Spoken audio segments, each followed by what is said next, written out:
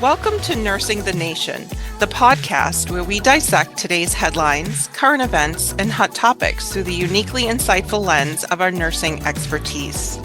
I'm Jamie Bourgeois, a midwife and psychiatric nurse practitioner. And I'm Melissa Ann Dubois, an experienced perinatal nurse. We are both nursing PhD students, and together we use our nursing expertise to break through the jargon and political noise to explore the human element of current affairs, providing a grounded and compassionate understanding of the issues that impact us all. Because when it comes to understanding the pulse of our society, who better to ask than the most trusted profession?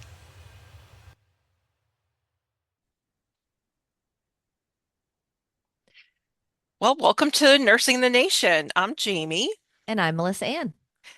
And over the next 5 episodes, Nursing the Nation, we will be diving into a phrase that's been making a lot of waves in the political and healthcare landscape: Make America Healthy Again, or MAHA. I suppose you could say it's catchy. Um, it's on brand, I will say that. And it's got yeah, it's got a familiar ring. But what does this really mean for our health?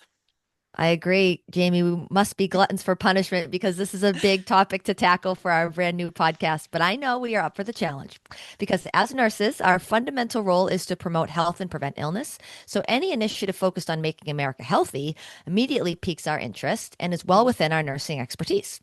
However, like any broad political slogan, it's important to look beyond the surface and examine the proposed policies and their potential impact. Yeah. So I think where we really should start is kind of the basics on this. So for our listeners, to kind of catch everybody up to speed in case you haven't been fully paying attention to all of the millions of headlines in the news. Make America Healthy Again is a movement largely associated with Robert F. Kennedy Jr., which we'll probably just be calling him RFK, as Secretary of Health and Human Services. It is positioned as a response to what he describes as a chronic disease epidemic within the United States. And on February 13th, 2025, President Donald Trump issued an executive order that established the MAHA Commission. This is chaired by RFK, and on May 22nd, they released the Make Our Children, Make Our, I can't even speak it anymore, but it's Make Our Children Healthy Again assessment. This report, which they plan to follow with a strategic plan that's going to, they say is going to be published in August, based on the report that they released on May 22nd. All right, precisely. The core idea of the greater MAHA movement is to shift focus from reactive disease management to proactive disease prevention. The broader MAHA goals are ambitious, reducing chronic illness rates, promoting healthier lifestyles through better nutrition and physical activity, and addressing what they perceive as undue influence from the food and pharmaceutical industries. The Make Our Children Healthy Again report, or the MOCHA report, as I'm going to call it, specifically calls out 4 main drivers of childhood chronic disease. So what RFK Jr. calls out is poor diet, primarily driven by ultra-processed foods. Number 2, cumulative exposure to chemicals like food additives and pesticides. Number 3, lack of physical activity and chronic stress. And number 4, the quote over-medicalization of childhood with too many prescriptions and vaccines. So in all honesty, I think most everyday Americans and healthcare professionals can agree with at least the first 3 points, at least on the surface. And I know that not only as a nurse, but as a mother of 3 young children, some of these points really speak to me. So I can truly understand why so many people are excited to support these efforts. Yeah. I would agree. And from a nursing standpoint, the emphasis on prevention aligns beautifully with the core of nursing and the principles that nurses practice from. We've always advocated for addressing social determinants of health, which are things like access to nutritious food, having a safe environment in which to live, and for children to play and Hmm. opportunities for physical activity. So if MAHA is genuinely aiming to tackle these root causes, this is a positive. Hmm. However, it is really important that we look under the surface because that is where things get more complex and sometimes controversial. Um, so, because what matters most, I think, is how MAHA plans to achieve these goals. And again, I think that is going to come, it will be really interesting to see the strategic plan report in August. But needless to say, I think this report is a perfect place for us to start. Absolutely. So, over the next 5 episodes, we will be breaking down this Make Our Children Healthy Again, or MOCHA report. Today, in part one, we will be discussing diet and ultra processed foods. In part two, we will discuss exposure to chemicals like food additives and pesticides. In part three, we will discuss lack of physical activity and chronic stress. In part four, we will discuss MAHA's claims about the over medicalization of childhood health related to prescription medications and vaccines. And we will finish the series with part five, where we discuss general takeaways from the report, including claims against its scientific integrity. Mhm. It is an awful lot to discuss, so we are just going to just jump right in. Um, section one or part one of this report is on the ultra processed foods. Yeah, so what is an ultra processed food? So there actually, I think I've read somewhere, I don't remember who categorized it, but there's kind of like four levels of food.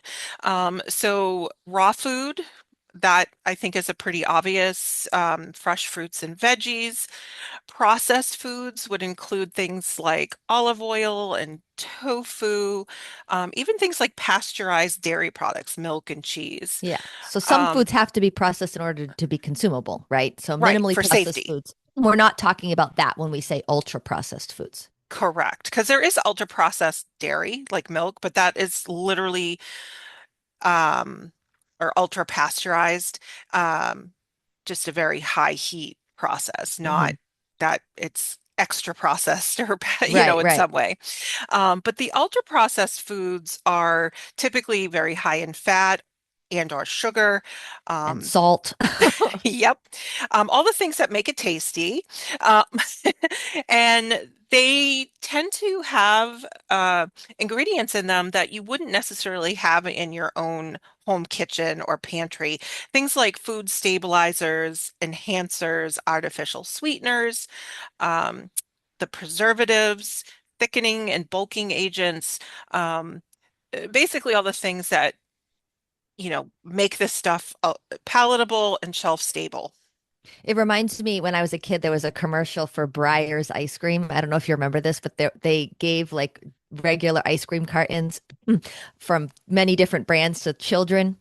And the Oh, kids were really? trying to read that the kids were trying to read the label, and they were like, Yes. high fructose corn syrup. They're like Yes. trying to Yes, yes. and and then of course it was an advertisement for Breyers. It was like we just have milk, cream, and sugar. I mean that's still Right, a processed food, but when we talk about ultra processed foods, we talk about the right. ones again that are high in these types of preservatives, chemicals, stabilizers, flavor enhancers, all of that. Yes. I mean, Maha's claim is generally completely supported by modern mainstream nutrition science, Yes. right? Hmm. So we agree. This isn't like a Yes. conspiracy on the part of science to be pro ultra processed foods, right? Right. So Maha claims, like this report asserts that nearly 70% of children's calories now come from ultra processed foods, which are high in all these things that we talked about. And also they lack essential nutrients. Um, because when you ultra process food, sometimes you lose valuable vitamins and minerals, right? Or Yes. fiber, things like that. Hmm. So they believe these foods disrupt satiety mechanisms, satiety meaning how full you feel when you feel full, Hmm. causing nutrient depletion. Because if you're filling up on all of these nutrient deficient foods like pretzels and chips, then you don't have an appetite for healthier foods. And then that leads to various chronic conditions. They criticize existing dietary guidelines for Americans as being influenced by the industry and call for a shift to whole foods produced by American farmers and ranchers. They also call out specific food additives, which we'll talk about Hmm. in next week's episode. And, they talk about these ultra processed foods in concern with cardiovascular disease, carcinogenic effects, behavioral and metabolic disorders, etc., etc. Hmm. So, what do they propose? Again, we don't have their strategic plan yet, but in Hmm. this report, they propose recentering American agriculture and whole foods in national health policy, potential reforms to nutrition labeling, food marketing, and school lunch programs, and expansion of federal research into ultra processed foods and stricter regulation of food additives. So, again, the scientific consensus on this is in agreement.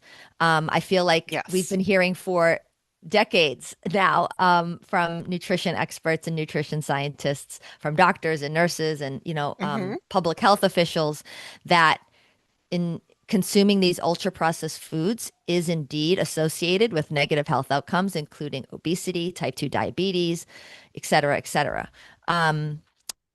They are calorie dense, Yep. nutrient poor, highly delicious Unfortunately. foods, unfortunately, that Yes. lead to overconsumption, right? Hmm. And so, generally speaking, public health and nutrition guidelines support reducing ultra processed food intake. Yeah. So, we agree. I mean, Yes. I agree. You agree. We all Oh, agree. absolutely. Yes.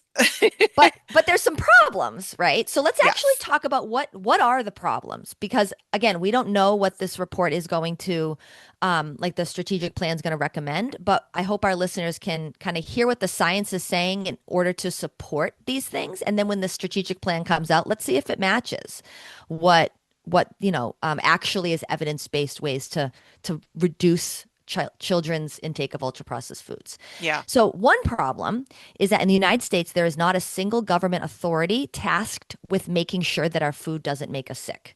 There are different agencies working on Hmm. different parts of the problem, but Yes. they're not doing it in a coordinated fashion, Yeah. right?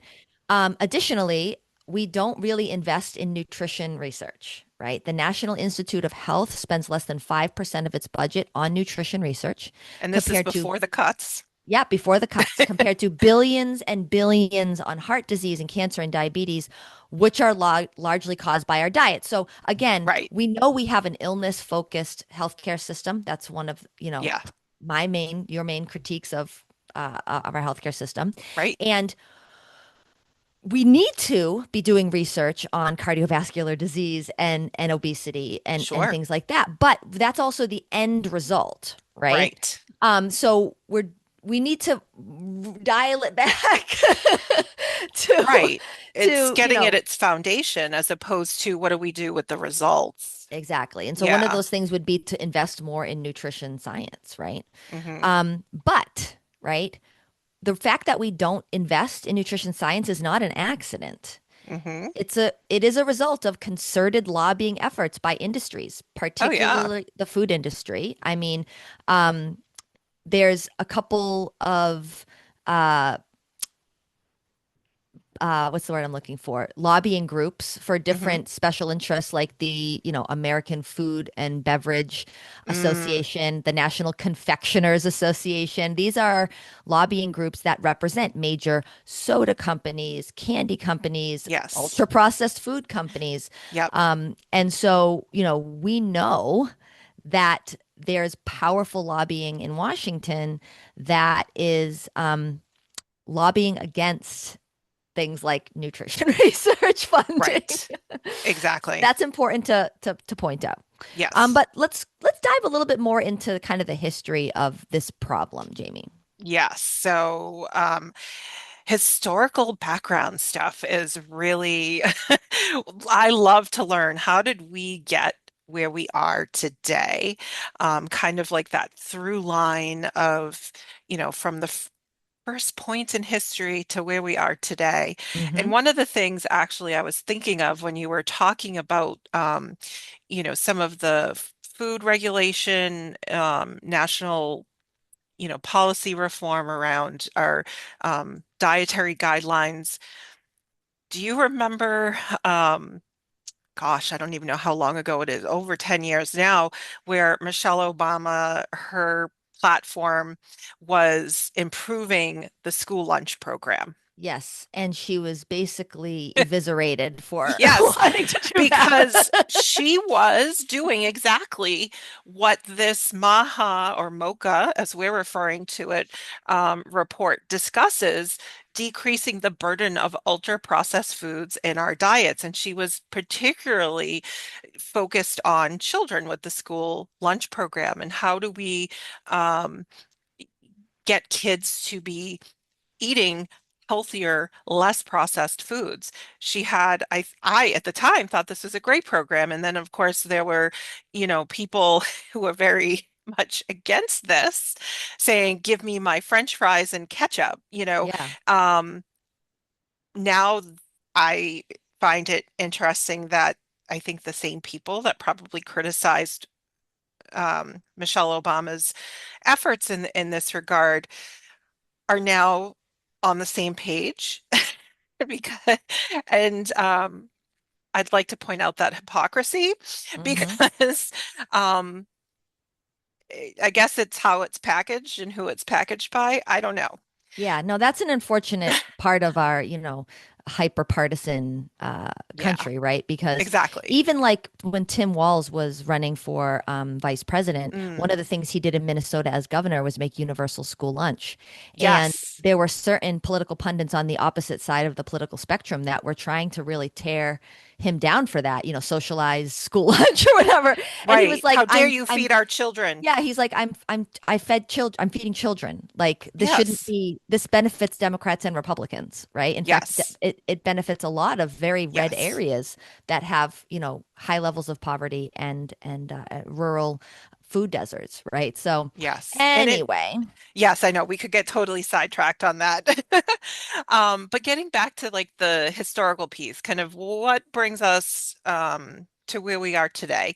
So back in 1990, the Centers for oh my God, I'm trying to speak too fast. The Centers for Disease Control and Prevention published its first complete map of obesity rates in our country. And at that time, okay, repeat this again, it's 1990, hmm. not a single state had an obesity rate as high as 15%. And So, I do want to acknowledge that there are some problematic ways in which we, diagnose obesity with the right. BMI calculator and all of that. But that's up for a separate discussion. I feel Yes, like we just exactly. have to We can pick look at this apart right every now piece because of this. yeah, because this is a shocking statistic. So in Yes. 1990, no single state had an obesity rate as high as 15%. And Yeah. what's going on now, Jamie? Yes. So, as I'm sure many people are very aware, almost every state in the United States has an obesity rate over 30%, with at least half of the states at least 35% or over. And that's obesity, because I think if you add in the statistic of overweight, which would be considered a BMI of 25 to almost 30, Hmm. that dramatically increases the amount of people that fall into this category of obese or overweight.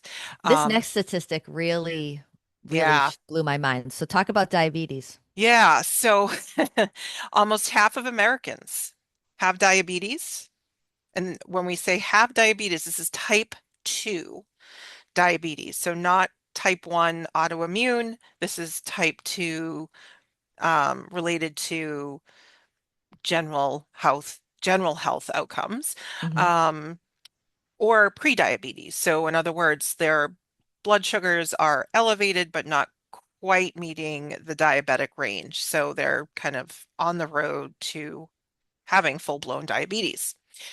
So one important piece of this evidence comes from an NIH study. In 2018, scientists asked a group of adults to stay at the NIH Clinical Center for 4 weeks. And I do have to say, when I was reading about this, I was a little mind blown Yeah, that's how it stayed at because the I would place for think the in month. 2018 they would know that this would might have negative outcomes. So how could they do this? Like ethically, but ultra processed diet. Yeah, no, yeah, yeah. like with all the things that we learn in our PhD program about the ethics of research, I kind of like, really? Wow, okay. But anyway, getting back to this, so in 2018, so scientists at the NIH Clinical Center had a group of adults come in for 4 weeks where the participants were randomly assigned to either an ultra-processed diet or an unprocessed diet for 2 weeks, followed by the alternative diet for 2 weeks. So the flip-flopped. And the meals had the same calories, the same macronutrients, um, including sugars, fat, sodium, carbohydrates, whatnot. And the participants could eat as little or as much as they wanted.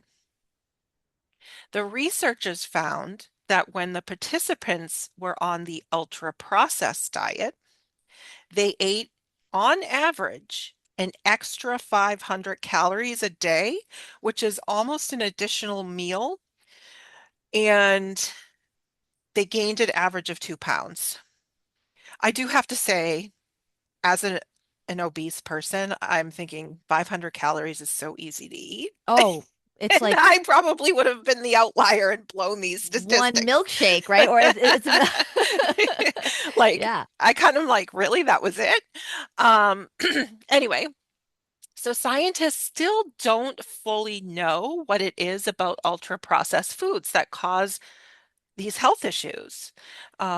We have indications that it might be like its caloric density, how palliative it is. I feel like the other thing too that seems to be well accepted is ultra processed foods trigger some sort of cellular inflammation, Mhm. which may set, I would imagine, a domino effect of,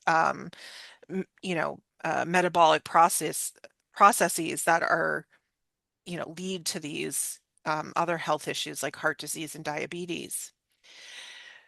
And when we look at ultra processed foods, these are being designed to make people addicted, much like the tobacco industry did with cigarettes. Yeah, I mean, sugar is addictive, Yeah.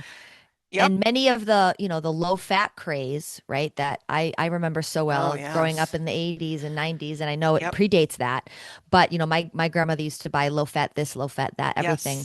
Yes. But what did they? How fat is delicious, right? So how do you make low fat foods, palatable, right? How do you Right. make them delicious? Is you increase the sugar, right? Exactly. So that, a lot of these ultra processed, even these quote diet foods are high in salt and sugar, which make Yes. them addictive. Yes. So what can we do? What can we do? So this is what the evidence says. In fact, I was reading an article with an interview with Gerald Mandy, who is an adjunct professor of nutrition at the Harvard T.H. Chan School of Public Health in Boston. And he recommends four things, and I'd like to discuss them. So the first thing he recommends, in which we touched on a little bit, is to invest in research. Yes. Um, so he says we need to invest in nutrition research, starting with building a 50-bed facility where scientists from the NIH, which is the National Institutes of Health, and the USDA, which is the United States Department of Agriculture, can comfortably house and feed study volunteers to rigorously measure how carefully controlled diets affect people's health. I thought that was interesting. And he basically likened it to COVID-19. He says, we developed a vaccine in less than a year because we put in place incredible resources to tackle that problem. And you would think that shorter lifespans and sick kids would make us want to get to the bottom of this ultra Hmm. processed food problem. So he says, like, go all in. Like, let's do intensive research in this area, figure out exactly how these ultra processed foods are affecting our health, how they're leading to cardiovascular disease and obesity. Is it the inflammation? Is it the sugar and salt? Is it the chemicals that, that you have to add to process the foods and make them shelf stable? Is it all of the above? Let's tease it out so that we can create targeted policies, intervention plans, public health campaigns, whatever it might be. Mm. Um, so, how are we doing on that front so far? Not so good. Because according to the Becker Hospital review, more Yeah. than 3.2 billion with a B billion dollars in NIH funding has been terminated by the Trump administration since March. Mm. That figure excludes any reinstated grants, but really there's only been about 80 grants that have been reinstated, whereas there were 2,548 that were terminated and 2,468 that are currently inactive. Um, and many of those grants that were reinstated were focused on virus and vaccine research, which we'll get to in episode 4 of this Yeah. series. Um, so, one of the criticisms from the scientific community about canceling all of this grant funding and Yes. then shifting the focus to things like virus and vaccine research is in the scientific community that they feel like they already have ample evidence Right. of the safety and effectiveness of vaccines. And so when people say, well, what's the harm in doing more research? Let's do replication research, which is important, not just having a Yeah. few studies say something is the right way to do it, make sure we can replicate it in different settings and different populations. But the scientific community, this is their argument. The argument is we actually already have tons and tons of studies from decades and decades and decades of research telling us that vaccines, are safe and effective. And when we funnel more money that way, we take money away from things like nutrition research. Okay. So that's important to keep in mind. Yes. Um, Also, a majority of the terminated grants focused on public health and diversity, those two things. Yes. So, most of the common keywords found in the terminated grant abstracts included cell, training, students, biomedical, community, and disparities. So, that's problematic for what Yeah. reasons? I could think of two. Number one, public health. This is public health, Yes. nutrition, school lunch, all of that is it's public health, right? Yes. Having access to, you know, delicious whole foods is a public health concern. So that's a problem. You can't have your cake and eat it too. You have to put your money where your mouth is, right? And then disparities. This is a problem with demonizing the word DEI. So DEI Yeah. standing for diversity, equity, and inclusion. It's all about affirmative action. Oh, it's all about, Right. keeping white people down or whatever. All of that is noise It because the is. reality is in research, I know in nursing research for Hmm. sure, most of the research is done in populations that have disparate health outcomes, right? Right. Unequal health outcomes, health inequalities, because that's who needs the help, right? And really, I think it's important to point out the reason why, because we have historically marginalized certain groups and populations. And It's just a fact. It's not right. politics. It's a fact. I mean, Yes. I read an interesting article the other day that was saying if you look at the eastern United States, Mm. and you look at all the cities and towns, most of the time, if there's an east and a west in a town, like I grew up in Millbury, East Millbury, West Millbury, the west part of town is going to be the quote rich part of town. Really? And yes, Huh. now why is that? Because of the way the air currents flow, the smoke from the factories, the wind blows it east. And Huh. so the poorer part, people with the money are going to pay money to build in the western part of town. And the That's eastern interesting. part of town is going to be where most of the pollution is. And so again, these are like big high level realities that, Hmm. you know, if you're cutting funding for programs that have the word disparity in them or community, like community health center, right? Or Right. community food pantry, right? We're not going to be helping the problem of the Right. people that need education and access about the harms of ultra processed foods and the benefits of whole foods the most. We're not helping the people Right. that need it the most. Yeah. And that actually really kind of brings us to the second part that Gerald Mand was advocating that we should do. And this is strengthen the nutritional standards and access to WIC and SNAP. Hmm. So, WIC being the Women and Infants and Children Nutritional Program. SNAP is the Special Supplemental Nutrition Program, often referred to as food stamps historically. So in the United States, there is more than a third, so almost 39% of households with incomes that are below the federal poverty level are food insecure. So this means families have a lack of reliable access to sufficient, affordable, and nutritious foods. Hmm. And these government benefits, like SNAP and WIC, provide nutritious foods to eligible families with this that fall into this low income bracket. Um, Yet, just 82% and 51-ish% of those eligible for SNAP and WIC, respectively, actually receive the benefits. So not everybody, and I actually can speak to this firsthand. When I was working as a midwife and I was working in a low income prenatal clinic in a small city in New Hampshire, and it was amazing to me that the women and the families that we served who were, I think, what many people would think of as like working poor. So these were not people who were just trying to like skim by on government benefits and not work.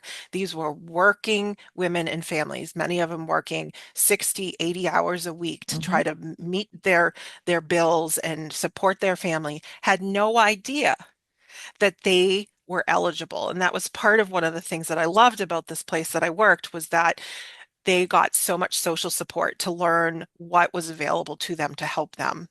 And these are very important programs for families that fall into this category because this relieves some of the financial burden while they also are able to have increased access to healthy foods, which in turn means they're going to have a better pregnancy, healthier Hmm. infant and, child development, etc. So Yeah, I think that there's a common misconception. Those who are using these services through the government are just doing it because it's easier. And I will tell you that there are an awful lot of people who meet this requirement, don't even know that they meet the requirement because they are really trying hard to just meet their own needs. Um, and I think it does a disservice to speak negatively of these programs. I agree. I can speak to this from a personal experience. When I was a kid Hmm. in the 90s, I was the oldest of four in my household. I do have other Hmm. siblings that lived in another household, but I was the oldest of four. Um, and my mother qualified for a WIC when she was pregnant with my youngest brother and sister. Hmm. Um, and so I was 9 when my brother was born and 12 when my sister was born. And uh, we would have to go to the WIC office. I forget how often.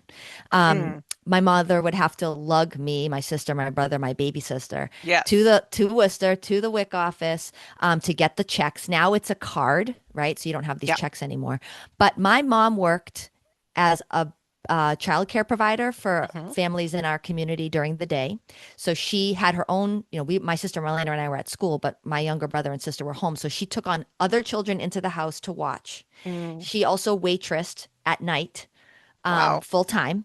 Yep. And my dad owned his own business. He was an auto body mechanic. And we qualified for WIC, right? So, like, Yeah. I can't think of two people that are more hardworking than my parents, Hmm. right? And Hmm. I do also remember that even as, a child 9, 10, 11, 12 years old, I remember the stigma of Yes. going to the cash register and the cashiers would roll their eyes because it took longer to Hmm. process WIC and you had to go Hmm. through all the checks and my mom had to sign her name and they had to compare it to the signature that was in the booklet Right. and it was just it took extra time and they were so flabbergasted by it. There's also a lot of requirements of what brands um, Right. you can buy with the WIC and there still is. Yep.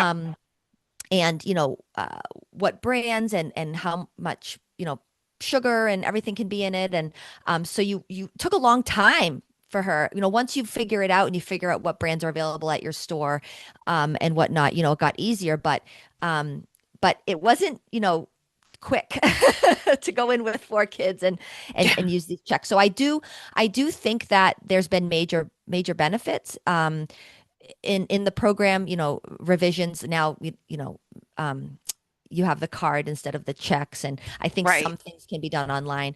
But as you can see, today, while more than 80% of eligible infants participate in WIC, the number steadily drops to just 24% of children by age Yes. 4. Because there's many requirements for like having to like re-up your benefits, right? Whether it's SNAP and WIC and Yes. continue to show your eligibility. And I'm not saying that you shouldn't have to show your eligibility, but the process is so cumbersome and Yes. difficult, Right. and it's different in every state because every Hmm. state runs their own programs. And, so that's why we're losing kids, Right. right? As People they think, oh, age. Yeah. people think, oh, it only works because, while I'm pregnant because, or while my baby's on formula or breastfeeding because they got it at their midwife office or their OB office. But, those benefits go up to age 5, Yes. as long as you have a child 5 or younger. And so, that's a problem that needs to be reformed. And Hmm. unfortunately, WIC, for example, is one of those things that we know helps get healthy foods into children's mouths, pregnant women and children's mouths. Yep. And even though there's reform that needs to be done, Yep. on what foods are accessible, but whenever things start going well, I feel like it's Wix on the chopping block. Like Right.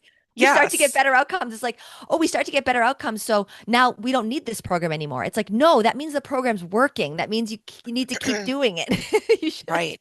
Yes. And that's, that makes me think too of like, we'll talk about that. And, we're talking about vaccines, for instance, and the public health piece where it's like, if you wonder, like, why do we still have to give these, get these vaccines for like polio and stuff? Well, it's because the programs are working. Right. Yes. Exactly. It's working. We should keep doing Yes. it. It's like, Yes. if you're taking a medicine to like regulate a hormone in your body, like I take thyroid medicine, right? And I take it and my thyroid levels improve. I can't just stop taking it like Right. because it's Right. working. Yes, because it's not I going to need to work keep without taking it. it. So, Exactly. but anyway, like getting back, I think to, these programs like SNAP and WIC, it's clear already that those who are eligible, are not all receiving these benefits. And we could increase that by enabling participants to purchase their food and complete like those health visits where they have to, maintain their eligibility by doing so online, making it, kind of meeting people where they are. Because I know, like you explained, like having to go every so often to the WIC office, it is a process that requires you probably to take a day off from work, which may Yeah, not be absolutely. possible for some people. Um, and it's can potentially set a chain reaction of problems off for these families, which is probably in part why you see that that drop to 24% of eligible people, um, while the child gets to age 4. So just lastly on this particular piece of SNAP and WIC, et cetera, focusing on children's diet. Gerald Mand also feels we should be focusing on school meals, which we kind of diverted earlier in the discussion, where, for many kids, the healthiest meal, or sometimes, unfortunately, the one of the only stable meals they're going to get is their school lunch. And Michelle Obama, as we mentioned earlier, did a lot of great work in this regard to make school lunches healthier, decrease the ultra-processed food burden. But unfortunately, since the Obama's term has been over, some of that progress has been reversed. There have been some states that have made school lunches or meals, because breakfast now is often offered, something that is universal. So it doesn't matter, it's everybody who comes to that school can get breakfast and lunch at no charge. As you mentioned, for instance, Minnesota is one of these states. And if we did more focus and policy of school lunch, less processed food, ultra processed food burden, it would make a big difference. Absolutely. So in Massachusetts, our governor has made free school breakfast and lunch universal, K through 12. And so the last 2 years, my children have received um, school lunch. And sometimes they, if we're running late, they go and grab something for breakfast. But unfortunately, what they're getting, especially for breakfast, because sometimes they just bring it home, they don't eat it, is ultra processed. It's like a Yeah. package of donuts or a pre-packaged, pre-sugared waffle. Those are two examples that I can think of. And so, Yeah. that really, you know, those types of foods shouldn't be allowed to qualify as school meals, right? Mhm. We shouldn't allow ultra processed, calorie dense, nutrient devoid foods. We need to fix those standards and we need to fund it because that's the other thing. We can't say Right. It all feed comes the down to kids money. healthier food and then not fund it, right?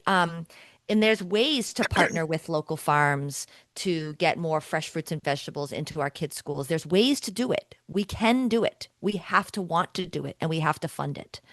And so that brings us to regulating ultra processed foods. Hmm. And so this is controversial because there's this whole, regulation versus deregulation pendulum swinging in our country Yes. all the time, right? But the reality is that major companies like Coca-Cola, Nestle, PepsiCo, Kraft Heinz, General Mills, Mars, McDonald's, Yum Brands, which is things like KFC and Pizza Hut, they engage in extensive lobbying to protect their business interests.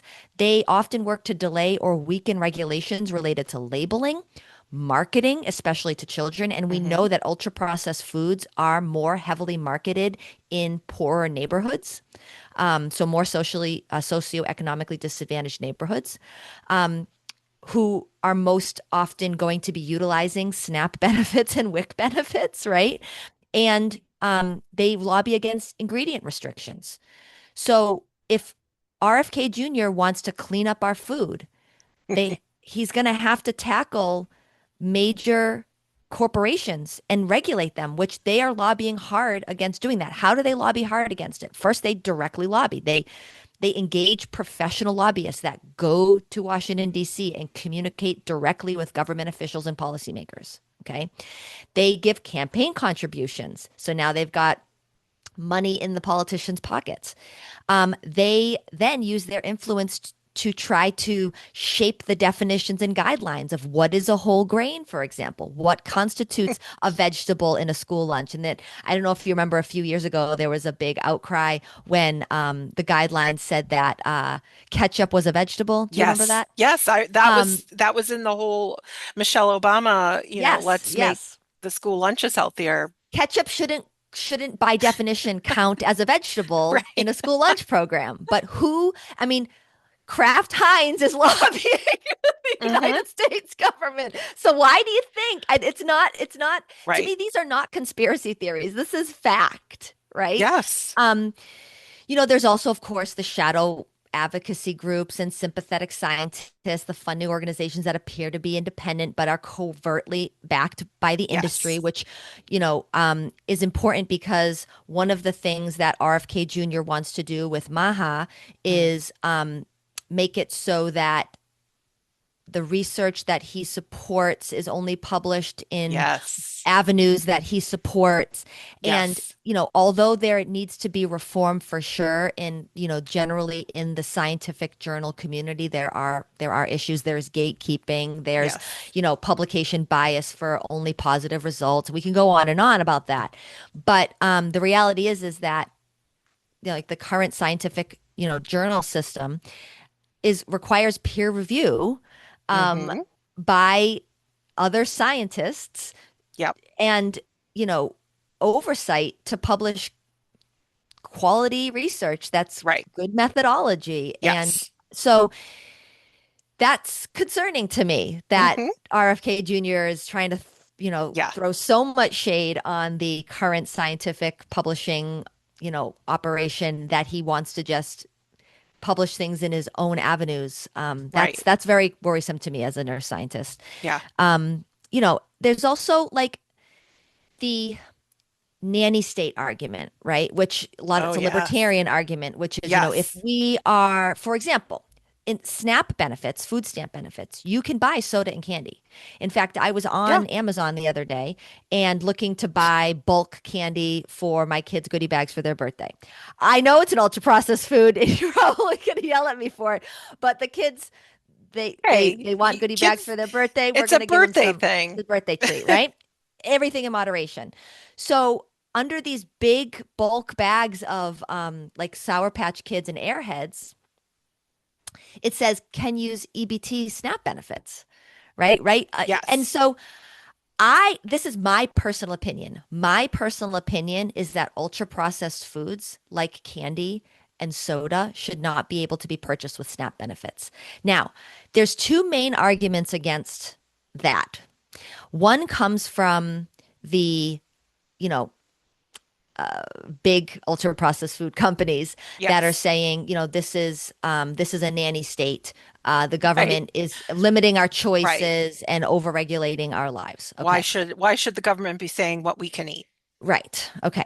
So the uh, the other part of it though actually comes from like different social justice organizations that, you know, is kind of on the opposite end of the political spectrum from the libertarian nanny state argument, saying Hmm. that it's like insulting to um, people of low Yes. income to restrict what they can buy. It's further stigmatizing. If you Yep. get to the cash register and you've got the soda and you can't buy it with your EBT, it's embarrassing. And I hear all of that. I get Hmm. it, but I want to be respectful. I grew up with a parent who used WIC benefits Hmm. and the stigma around that. I Yes. understand that from a personal perspective and a professional perspective. But we're in a public health crisis when it comes to chronic disease rising in children, which chronic disease should not be in children. Children are young. They Yes. should not have chronic illnesses. Diabetes and obesity rates High and blood in children, pressure and high yeah. blood pressure, like these should not be things that children are dealing with. So this is a public health crisis. This is public money.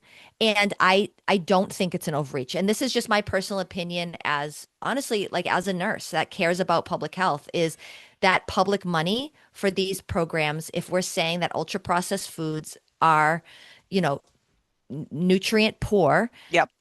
then we should be providing funds for people to buy healthy food options. And I understand the negative Hmm. possible outcomes of that, but I think that that's a major reform that needs to Yeah. happen. Yeah, I don't I know. have What to do you think, Jamie? yeah, I was gonna say I really I don't know. And I have to say I'm someone who usually has a pretty strong opinion. And on this one I'm just not sure.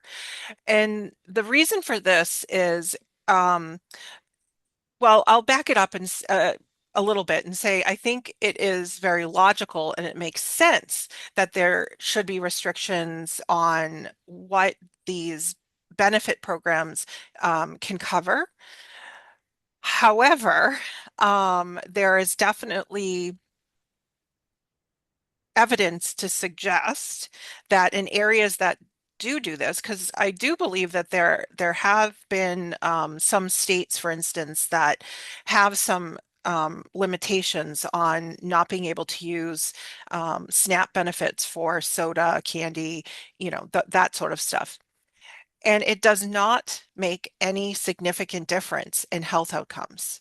Interesting. Yeah, so there's that piece of it. Like it is a restrictive policy that ends up not actually having the impact that it is meant to. And it does end up just creating stigma in terms of making assumptions that people who are on or using these benefits are uneducated. And that is why they're choosing these foods.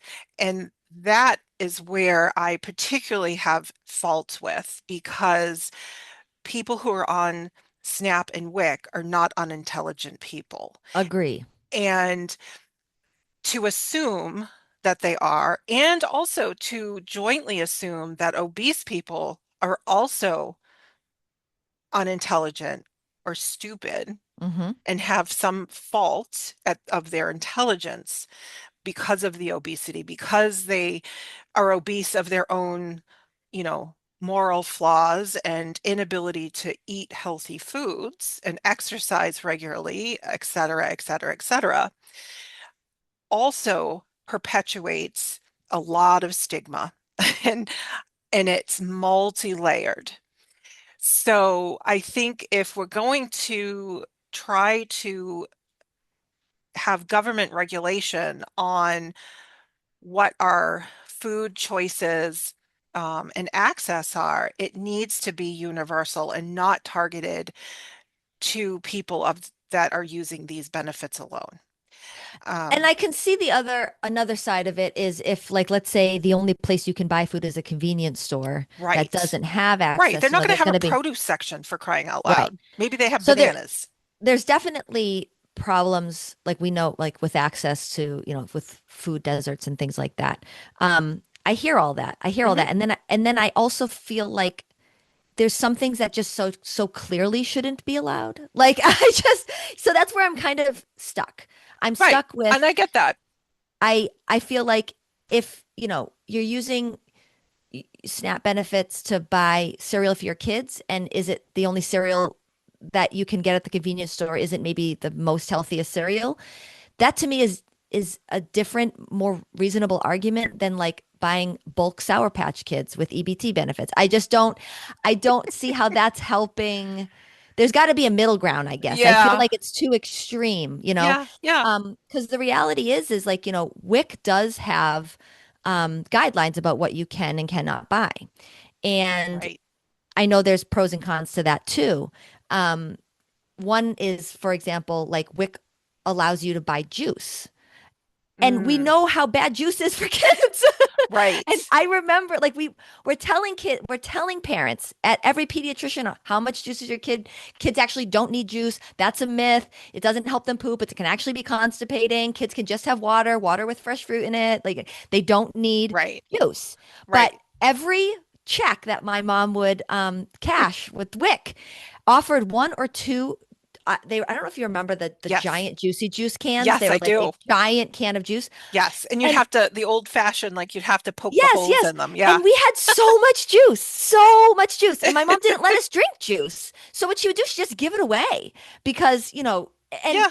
and I'm always wondering like why why the juice, right? So there's that. But also, there was certain cereals that you could buy. So the reality is we didn't have high sugar cereals because the only cereals that WIC allowed us to buy were things like Kix and Cheerios and Raisin Bran. And those are healthier choices. Are they still ultra processed food? Cereal is still a processed food, right? But they are definitely healthier than Fruity Pebbles, right? And But Fruity so I Pebbles are delicious. they are delicious. I'm not saying they're I've not not. had them in years, But but yes. um and so I I feel like that did that did change some of the foods that, Yeah. were present in my house was was Hmm. was at least healthier option. So it's it's an interesting Yeah. it's an interesting debate Among many. among many. Um, but to your point, if we can do something at a federal level to make all foods healthier for all Mm, people, that's important. But yes. we're not going to take away all ultra processed foods. Right. Like, because I mean, everything in moderation, right? You know, Right. I mean, I don't it's want, like I when don't, you talk about like you're putting together like goodie bags for your kid's birthday. I mean, that's like a fun time to have it. yeah, absolutely. Yeah. There's something that this professor, Mm, Professor Mand mentioned at the end of his article that I thought was really interesting. And he says that one of the last things we need to do is regulate the promotion of ultra processed foods. mm, And I think that that's really important. And maybe that's the yes. answer to what we're saying is um, it's one thing to be knowledgeable about what's healthy and unhealthy. And I would agree with you that most people know that candy Right. isn't healthy, right? It's not, Exactly. nobody's thinking that they're getting fruit out of Sour Patch Kids, right? Skittles is not really fruit, right? But, No, it's the rainbow. but, uh, they are bombarded. We are bombarded with advertisements for highly sugary, high Hmm. fat, high sodium, ultra processed foods all the time. And Yeah. he tells a story. He says, one of the biggest levers we need to use is the USDA's $120 billion SNAP program, because if we could leverage it to increase healthy eating, not just among SNAP participants, but all Americans, in the same way that we leverage Medicare to improve overall healthcare system for everybody, not just people on Mm, Medicare. So he says, for example, grocery stores that participate in SNAP shouldn't be allowed to promote unhealthy foods like sodas with prominent displays. yeah. If anyone doubts the marketplace power of SNAP, Walmart changed its business model to access SNAP funds. For years, it didn't sell food, but in the 1980s, it recognized that customers were coming in and out of its stores with billions of dollars in their pocket, their SNAP benefits, but couldn't use them at Walmart. And so that's why Walmart started selling foods. And I think that that's really interesting Mm, that, we can put pressure if we have the political will on companies to decrease advertisement of ultra processed foods, increase promotion of healthier whole foods if we use that leverage. What do you think? well, I think if we're looking kind of just at the big picture of this particular topic, I think that it we would be as nurses in agreement that the consumption of these ultra processed foods is bad for our health. Hmm. We agree with the statements about improving food quality. But I will say it feels disingenuous at this point, especially when we're looking at other policies and legislation that is brought forth by the Trump administration that will make it near impossible for anyone but the well-resourced Right. to attain a better quality diet. So, for example, cuts to the programs that we talked about, like SNAP. Hmm. Um, which currently apparently the way it's calculated is like the daily food benefit for SNAP is $6.20. Per person? Yeah, per Wow. person. Yeah. But as like the Big Beautiful Bill Act, Hmm. that will it's projected to decrease that daily benefit to $4.80. Now, this is also while we were dealing with, you know, paying out the nose for groceries. I mean, Right. it's Yeah. the inflation of our food since, in the last 4 or 5 years is crazy.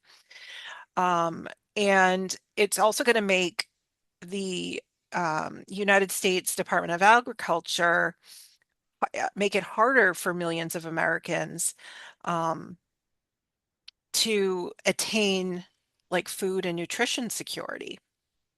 Um, WIC is also going to be affected, as we talked about. And this is going to have a direct detrimental negative, like triple negative speak here, Yeah. but that's how bad negative wise the impact on health of the very population this report claims to want to improve, Right. children.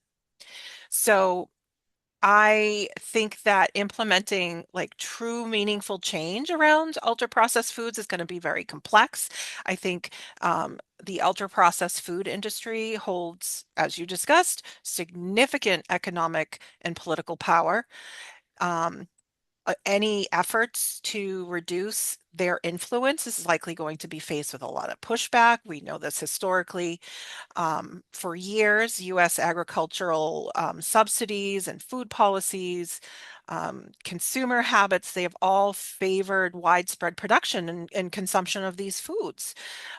Reducing their dominance will require a major systematic change to how our nation um, produces food, how we distribute it, and how we all consume it.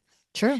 Um, And as you mentioned, like the critique of like the nanny state and whatnot, like the libertarian leaning critics have particularly taken issue with this. So, you know, not everybody's on board on clearly how we're going to do this. So again, I think, we as nurses completely agree that this is a problem, that we need to improve our food quality, um, and everything that surrounds it, policy wise. But given the history and influence of how we got here, I'm really nervous about how we're going to accomplish this. Um, and again, it'll be interesting in August to see what RFK's strategic plan will be. I agree. I wanted to see them put their money where their mouth is. Oh, I So love let's that. see.